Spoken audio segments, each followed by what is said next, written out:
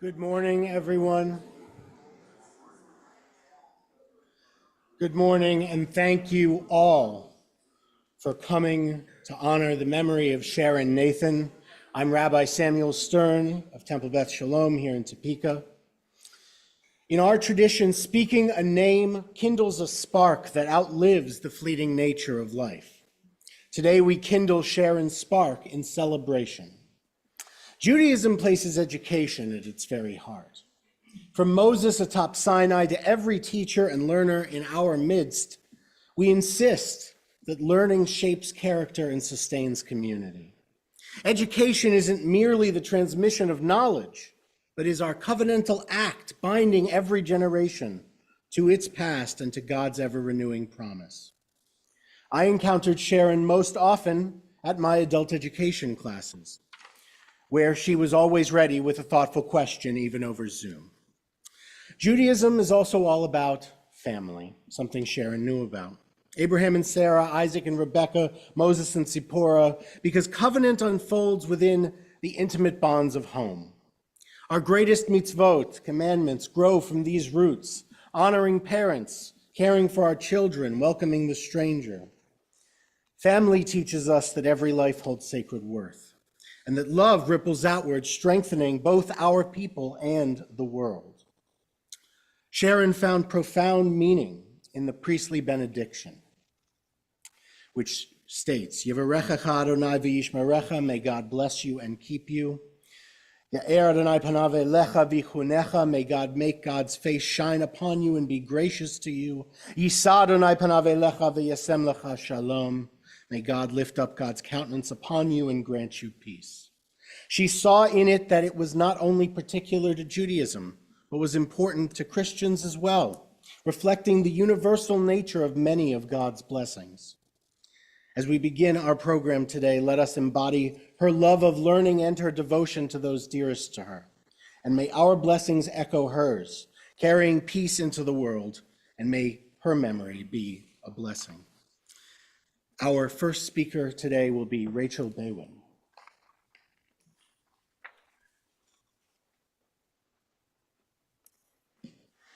Thank you to the Temple and Rabbi Stern for hosting us today. Thank you, everyone, for being here in person and on Zoom. It was such an utter shock when my mom passed in December. She managed her illness so well, we often forgot that her lungs were so greatly compromised. I am so appreciative and humbled by those who have connected with me since her passing. I remember her as a mother, but it's been so touching to hear her impact on all of you as a friend, colleague, and teacher. Know that she was grateful to know and be a part of your lives. Sharon was the best mom I could have had, period. She deeply cared about my thoughts and interests. She cared for my friends and their thoughts and interests. She was so involved in my childhood without being overbearing. I vividly remember how happy my mom, dad, and I were when I was growing up. My parents exposed me to the world beyond Topeka, always letting me know what existed and what was possible. Taking care of my dad was so hard. She navigated my father's illness in a way that preserved his dignity and protected me from the darkest and hardest moments. She loved being a grandma. She was always up for a trip to the Topeka toy store, a FaceTime, and a conspiratorial sweet treat with June. Before June was born, she told me, trust yourself to let her be herself. She later wrote this wish for June, I hope that you're very happy. You have parents who love you very much. I hope that you love lots of people deeply and think about things deeply and feel proud of who you are. She was humble and steadfast. She got right to the point. She lived her life with intention and meaning. She was a voracious reader, a dedicated yogi, deeply committed to social justice and charitable initiatives, a late-in-life lover of opera and women's basketball. Even as her illness restricted her ability to be physically present, she continued to expand her engagement across multiple groups, including Torah study, auditing classes at KU, anti-racist workshops, yoga classes, and time spent talking with friends in Topeka and across the world. Her interests seem boundless, and what strikes me now is the true expansiveness of her intellect and soul. I have been consistently unable to articulate the absence she has left in my family's life. The loss is so great.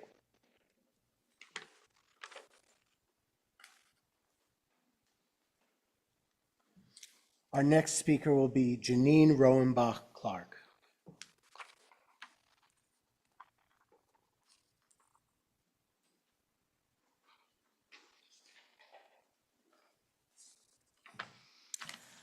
When Rachel asked me if I would speak today, I felt so honored to be invited, but I had to think about it overnight because I get pretty anxious speaking in front of people, and I knew how hard it would be to capture in words just how special Sharon was. In fact, I spoke with her the day before she died.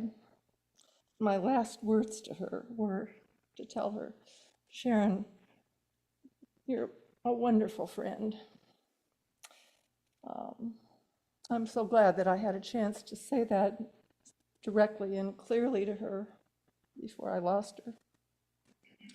Let me tell you just a little bit about how much she meant to me. My strongest bonds to Sharon were as a friend and a mother.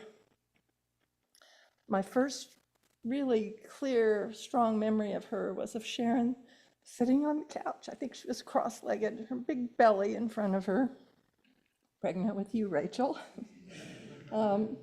She was so excited and a little anxious about becoming a mother. And I think maybe she thought I had some reassurance or advice because I already had a 3-year-old. We were both just trying to figure out that part of our lives. We had our kids in a small home daycare with a number of other Menninger families. And Rachel and my Emily, born almost the same time, became lifelong friends. Their friendship continues despite long distance. And I just want to tell you, Emily's regrets that she wasn't able to be here today.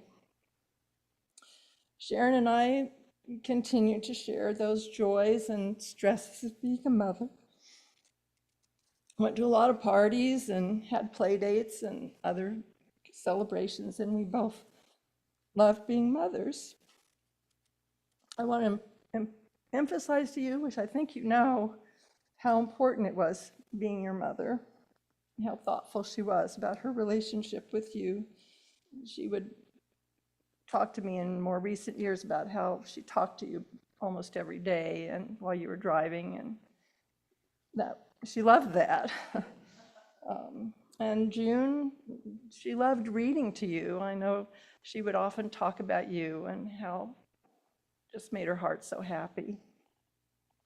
Nothing made her happier than hearing about your lives, and her most special days were the days that she got to be with you. So that was important. And Peter, I think I told you, she was so excited in that last call I had with her, and I think maybe others have said this to you, but she's told me, she said, something wonderful happened, and told me about the piece that you had written about her and made her feel very special, that you felt she had been an inspiration to her.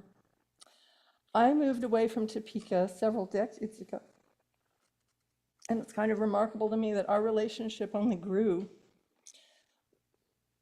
Especially after I retired, we had long talks pretty much every week. I'd be walking often, and we'd talk and talked about everything. And then when I'd come to visit my family in Kansas City and my friends, we'd get together and have tea and laugh together and just talk about our lives and what we were eating and what we were reading and religion. We shared an interest in Buddhism and Judaism and Christianity, and talking about our families and our friends. So as you were saying, I always appreciated how open and direct Sharon was in sharing her feelings and her opinions. She was a keen observer and had a rare ability to put things quite simply. I always appreciated her self-awareness and her rare gift for listening. I mean, no one listened better than her. She had a quiet confidence and was very modest about her talents. Some people have commented this weekend about thinking she may have underestimated herself. She was able to quickly see through to the heart of the matter. And sometimes if I was struggling with something, she would give me nuggets of advice, just so clearly put and so spot on, and reassurance that things were going to work out. She wasn't fancy, but she was deep. Sharon brought a lot of comfort to me. She was so perceptive and smart and funny and generous and kind. And now when I'm out walking, I'll be thinking about her, and sometimes I cry. I was just lucky to have her in my life, and I feel like you're lucky to have even one person in your life like her. I miss her so. You're lucky to have had her in your life.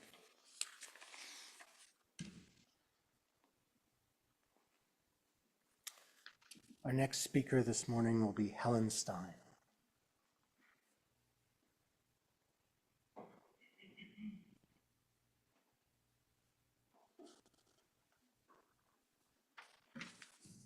Sharon and I first met at Menninger when I came as a psychology fellow in 1993.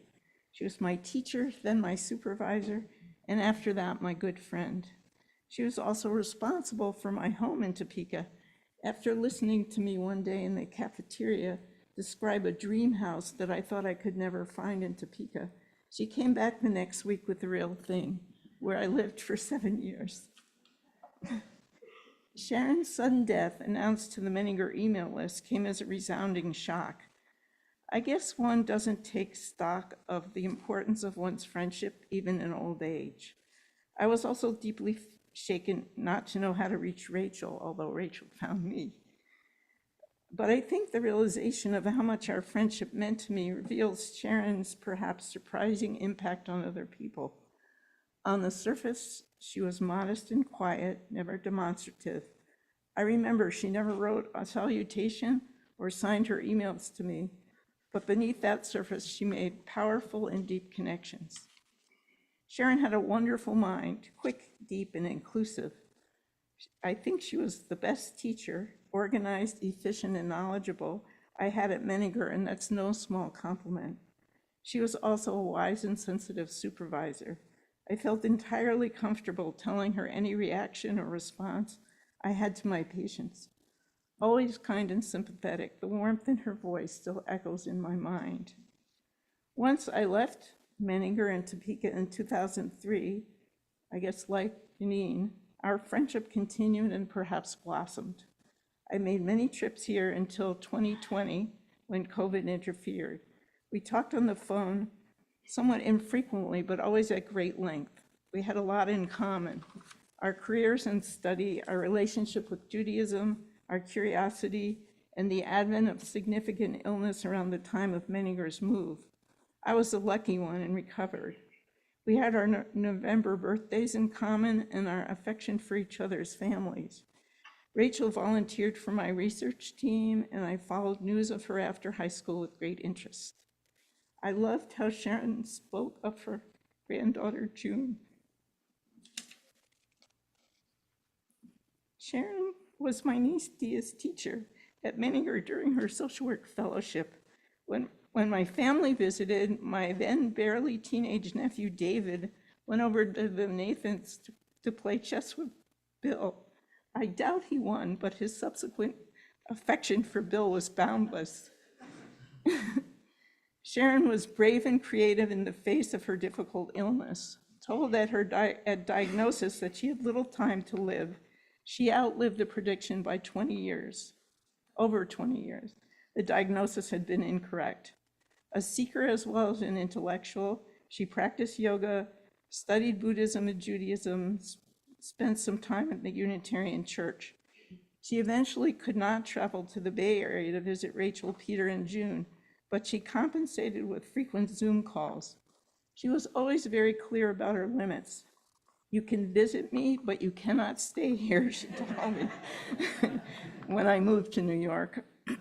She had been clear about what she would and would not do for Bill, even before her illness. Despite this frank honesty, she was unfailingly generous and gave me far more credit than I was due. Regrets? Yes. I'm sorry we did not call each other more often. If only we could have.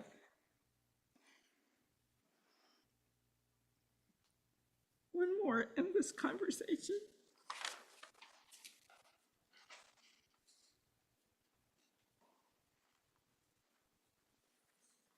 Our next speaker this morning will be Adina Kleiman.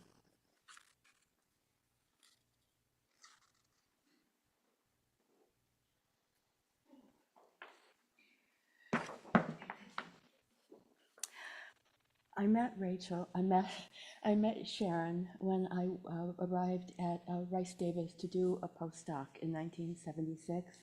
We connected very quickly, almost immediately, and we remained friends for the remainder of her life. She had a capacity for very deep empathy in a profound and wise way, as other people have mentioned. And there are two instances in my own life that were quite impactful that I wanted to share. When I got to Rice Davis, I was quite anxious and I obsessed about everything for 2 weeks. I remember saying to Sharon, it was a mistake that I came. And she said to me, I don't know why you came, but it wasn't a mistake. And she proved to be correct. Another instance of her very profound empathy occurred when I married my husband, who's a rabbi. At that time, he was a congregational rabbi. And I was mulling over what it might mean to be the rabbi's wife, to be the rebbitzin. And I spoke with Sharon about it, and she said to me, it's what your mother and your grandmother did. They taught and they nurtured. And I thought, oh, I can do that. She was one of the most gifted psychologists that I have ever known. She was bright, accomplished, but modest. She had a comprehensive understanding of theoretical things, but she could render them in a very simple and comprehensive way. She was respectful of others' talents as well. As everyone knows, she worked at Menninger's in the children's unit. She trained as a child and an adult psychoanalyst. She married in 1982, and her husband was also a very gifted a psychiatrist. I still have his papers on ADHD. We were able to be involved in one another's lives quite a bit, even though we lived in different cities. We drove cross country when she came to work at Menninger's in 1977, and I remember her telling me, although I'm not quite sure what she meant by it, you're in charge of things that go bump in the night. We shared a love of sweets, and she's one of the few friends with whom I made excursions to various places to get treats. When we shared a visit to New Orleans to be in a conference together, I remember sitting on our respective beds and deciding that we were going to have beignets for dinner. I know I was able to visit Topeka a number of times, Rachel, when you were about 2 and you were in elementary school and for your bat mitzvah. And I don't remember after that. I don't remember being here for her adult bat mitzvah, but I may have been. She came to Chicago a number of times. She came when my father died. She came when there was a poetry reading of the first translation of my mother's Hebrew poems. I used to call her, probably starting with the pandemic, I would call her every week after Shabbos on Saturday night. I would say, is this a good time? And she would say, it's a fine time. And then we would talk about just about everything. She was someone with whom I could talk about almost anything. We would talk about our feelings, our thoughts, our inner lives, what had happened in our lives, our families, what we were reading, what we were streaming, what we were studying. I've thought a lot about the way in which she managed her illness since her death. And what strikes me so powerfully is that, she didn't deny it, but she always focused on what she could do. And she's definitely a survivor. She was one of my closest friends, a very special person in my life, very meaningful. And I will remember her and miss her for the rest of my life.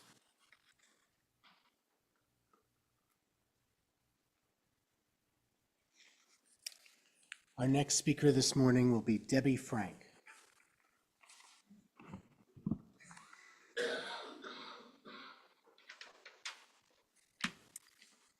Good morning, everyone.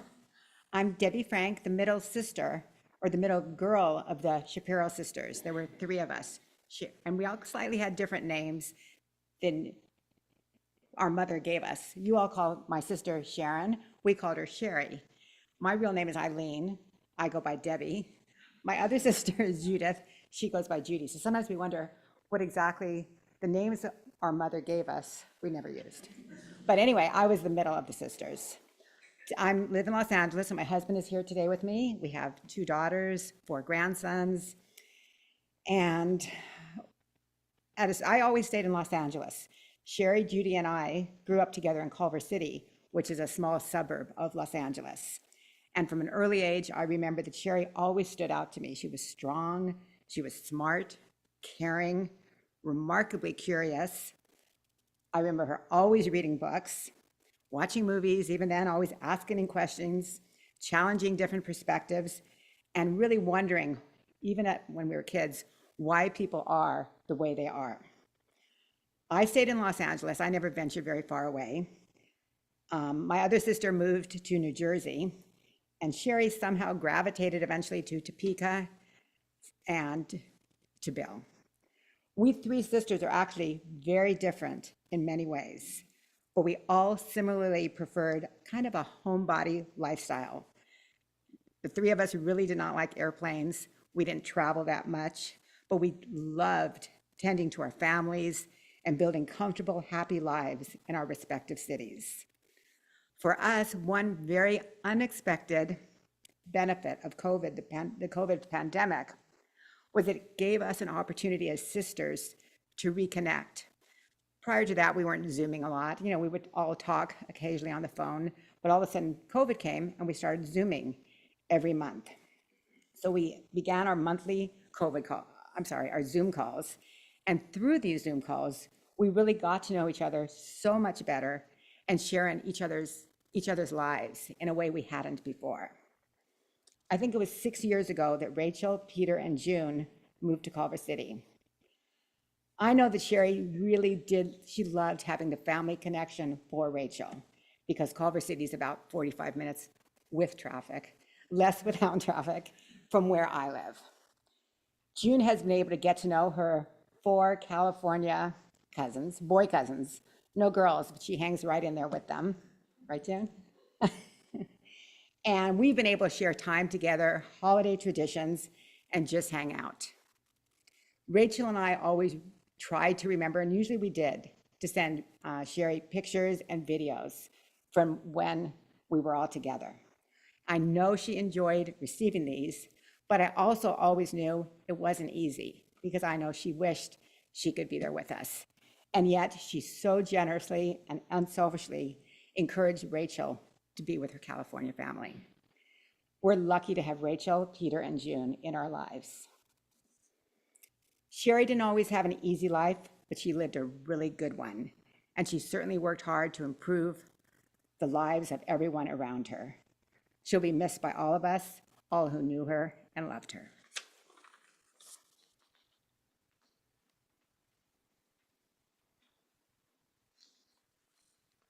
Our next speaker this morning will be Judy Weinberger.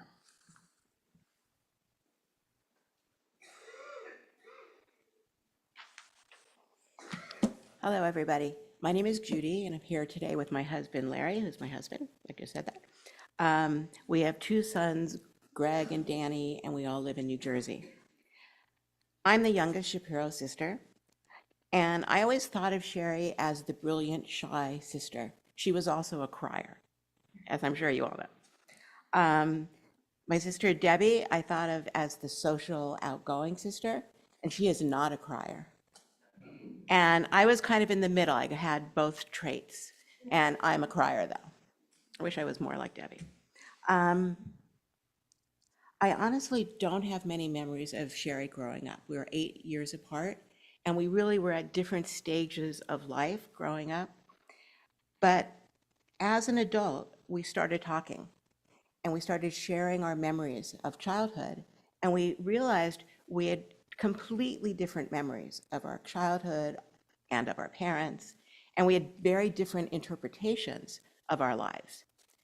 And with that, we became interested in each other, learning how we could bond together even though we were so different. Once Sherry moved to Topeka and I a little bit later moved to New Jersey, we truly became connected and strengthened our bond. Sherry and Bill were instrumental in helping Larry and I when Greg, our oldest son, became disabled from meningitis as an infant. Sherry and Bill understood like no one else the struggles we were experiencing and were so helpful and guided us through the way. Bill, in terms of giving us information about different medications and talking to our pediatrician. Sherry, just in terms of behavior management, and they were everything to us. I am so glad that Sherry got to hear about Greg moving into a supported apartment this past year and hearing Larry and my travels as we were finally empty nesters for the first time after 37 years. I feel grateful for the connection Sherry and I built as adults, and her support during difficult times was something I will always cherish. One of the things I learned about Sherry was her decades-long love of yoga, and several people have mentioned this. She explained to me once that it was the one activity that connected her intellect, her creativity, her spirituality, her strength, and her need for peace and calm.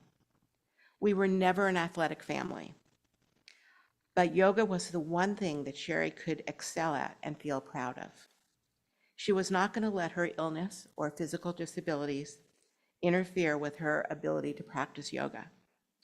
Thankfully, over the last couple of years and with the advent of YouTube videos and Zoom, Sherry was able to find some yoga videos on YouTube that she could do at home. The videos, though, often frustrated her because she wasn't able to perform at the level she expected of herself, and the breath work just reminded her of her disease.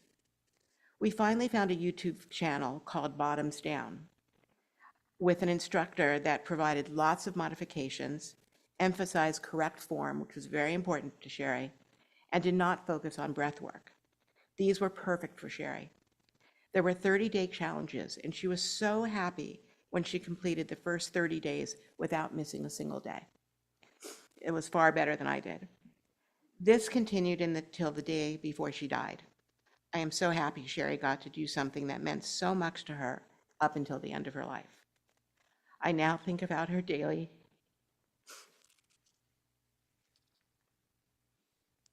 as I practice yoga. And in Sherry's honor, I say namaste.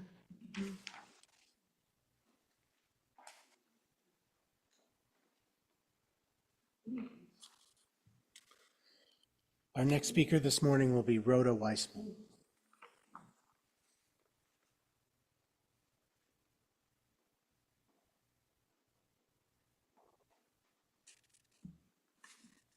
I think I'm a better group audience singer than speaker, but I'll do my best. So when Sharon died, I didn't know that how I'd be able to get to the next day and the next day without her in my life. But I want to tell you how we first met. I knew who Bill was. I'm not sure I ever met Sharon.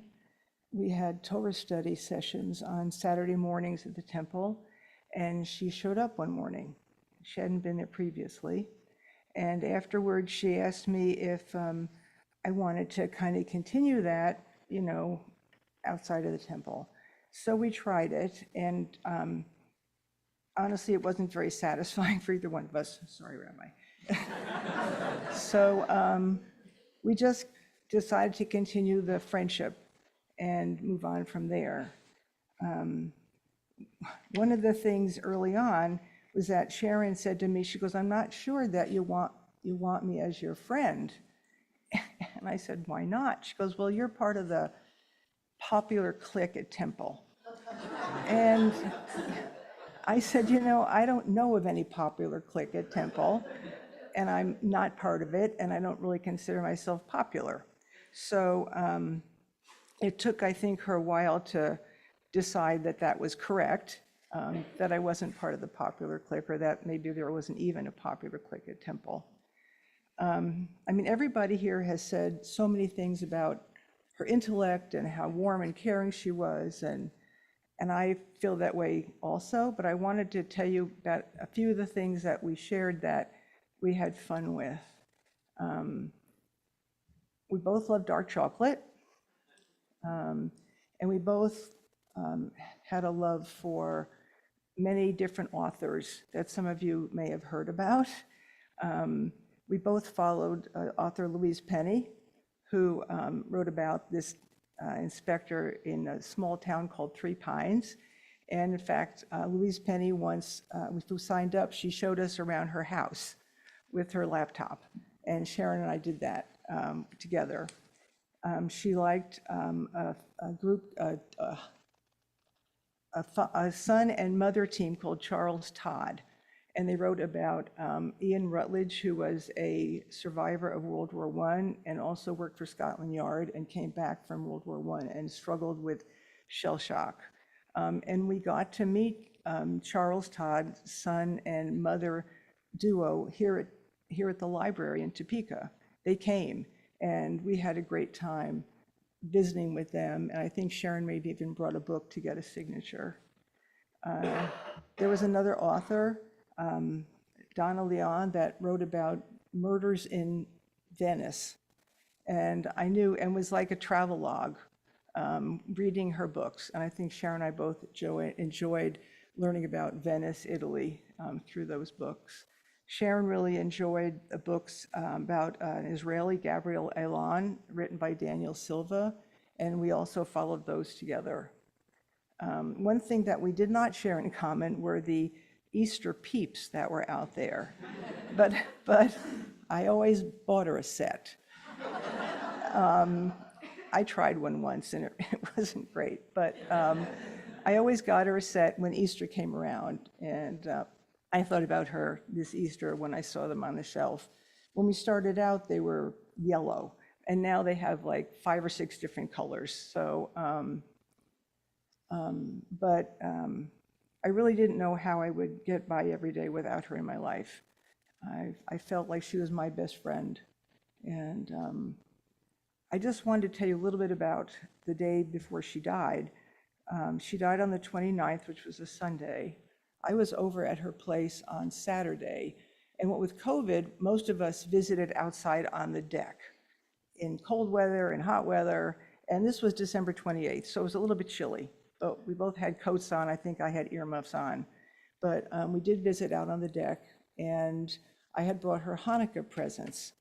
I brought her Hanukkah socks that I got from our Hanukkah store that had dreidels on them and Jewish stars and little menorahs. And I got her dark chocolate Hanukkah gelt, which is money, dark chocolate money, which is tradition for Hanukkah. And I got her a tea towel that said, bloom where you are planted. And so we sat and talked until dark. Of course, in December, dark comes early, but we still sat and talked until dark. And I said I'd see her later. On Sunday morning at 8:59, I got an email from her telling me how much she loved the socks, that the teal in the socks matched her sandals, her Birkenstock sandals. And then I think I got a call from Rachel a little bit after 10 asking me if I knew where Sharon was. And I said no, that she was going to be on a Zoom call with her sisters. And you all kind of know what happened after that. I just feel very fortunate that she was in my life. The ironic thing is that, in the very beginning, when she wasn't sure if I wanted her as a friend, what happened was, she had so many friends with so many different places, Menigers and family service and guidance, people from out of state, people from out of the country, but she made room for one more friend, and that was me. And I thank God for that, and thank God for Sharon. And thank you, Rachel, for letting me speak.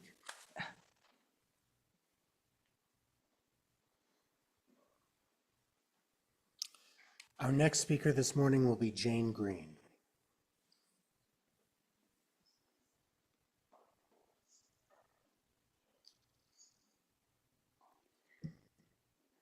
When Rachel asked if I would speak today, I was, of course, honored and touched. And then it hit me, I wouldn't have Sharon to edit my words. For many years, we were friendly acquaintances with the Nathans. Our daughters attended Temple Beth Shalom religious school together. And we often saw each other at temple activities and events. I honestly don't remember what brought me and Sharon together more personally, but when I looked back at my calendar, my first coffee date with her was in 2010. And that turned into increasingly regular ones.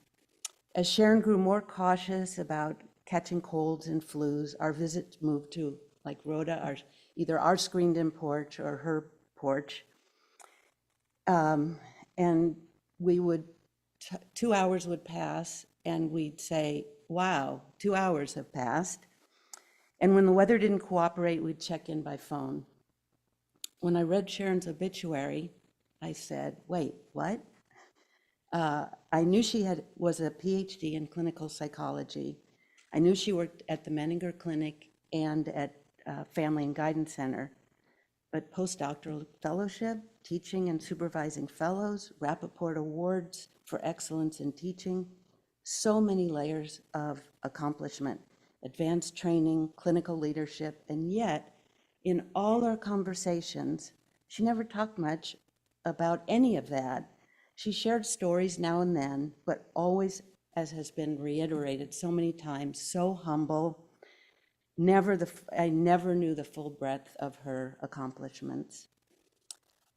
We love talking about our Rachels and their families, and how our daughter Rachel loved getting June's outgrown clothes. Our daughter Rachel's children, twins, loved getting all of Rachel's outdoor clothes, and every time they outgrown clothes, and every time they looked great, I would say, oh, that's so nice. Yeah, that's Rachel's. And our Rachel's son, Lyle, and June are buddies, so it's just been wonderful. And Sharon and I were both delighted that our daughters lived close together and met up at times and had a nice relationship together. Sharon and I both grew up in LA, and Rachel sent me the house that she grew up in that had just been sold, and I Googled it, and we lived less than 4 miles apart our whole childhood. We talked about politics, we talked friendship and aging and religion and all the meaningful realms that truly bring friends closer together. I miss not being able to send a speech or letter to Sharon to look at and edit, but more importantly, I miss our chats. I miss her wisdom and kindness and the hours we spent trying to make sense of the world together. I'll miss how she articulated her thoughts and how she always had already read the book that I was just reading, as Rhoda said, and then was able to say, oh, but here's another one. I miss her deeply, and I'll carry her voice with me always.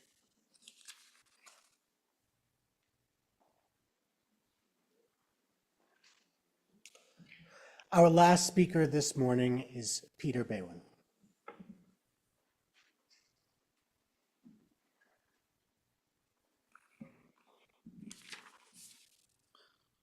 Better adjust this up, I'm a little tall. So I was fortunate enough to know Sharon for almost 20 years and honored enough to call her my mother-in-law for over 13.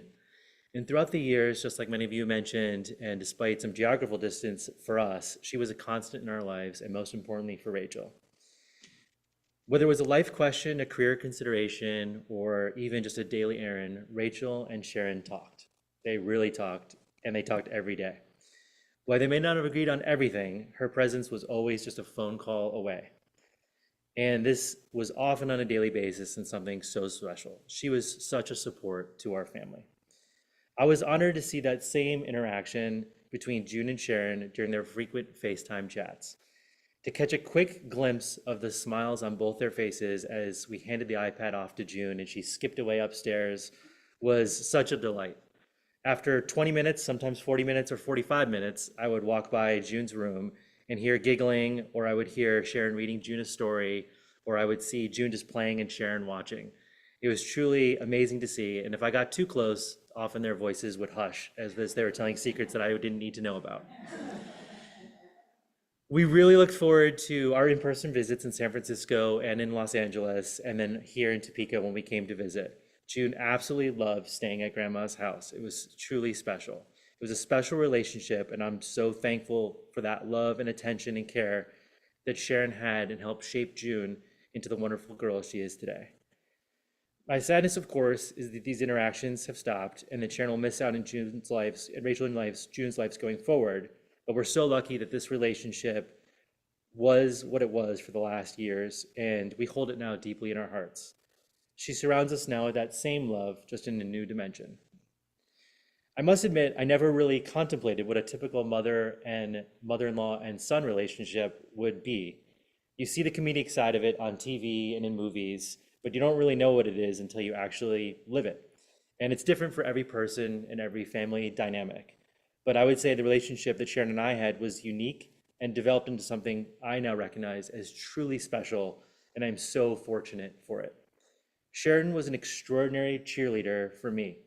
Whether it was professionally, in work, or in life's pursuits, she was always supportive to the next level. It often became a joke with Rachel and I how supportive she was, and that I could do no wrong in Sharon's eyes, even if I was clearly wrong and Rachel knew it. She took a keen eye on all my interests and would pride herself on knowing details and subjects that she may not have known in her normal life before we had met. And she would be the first to reach out and share the news about whether it was something about the Mets baseball season, the Grateful Dead, the Titanic, the healthcare industry, or any other topics that her and I often talked about and shared. A few weeks before she died, her interests and our interests collided. She was, as many of you probably know, a very deeply focused, one of her favorites was the Kennedy Center Honors, and we'd often joke about it. And the last Kennedy Center Honors at the end of this last calendar year was featuring the Grateful Dead, my favorite band. And so we shared some notes on the show, and she was sure to remind me the exact time and place that we'd be playing and not to miss it. And we watched it together and shared some great comments, enjoying the show together, and it was a really special memory. And one of the last things we ever discussed, which was also brought up, was her career. So I had a presentation coming up in January where a big conference, and we were asked to each present something about a woman who inspired us in our lives.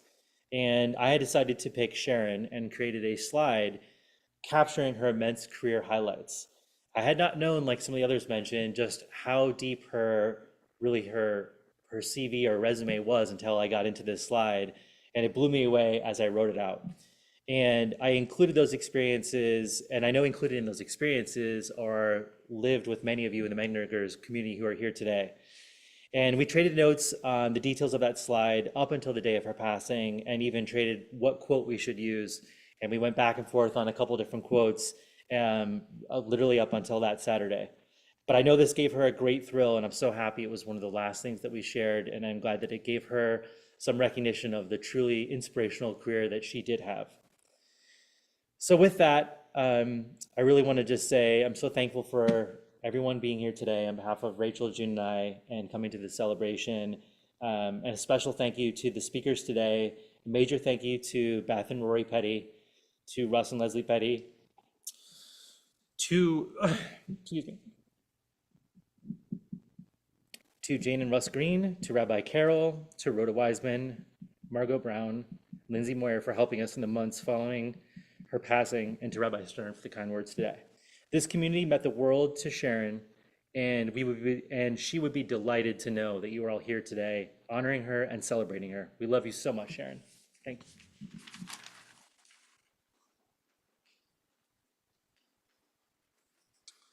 At this time, as we prepare to end our service of memory, I invite you, if you are able, to please rise, and as we prepare for the Kaddish Tome, the Mourner's Kaddish, which you can find in the little service handout you were given when you entered.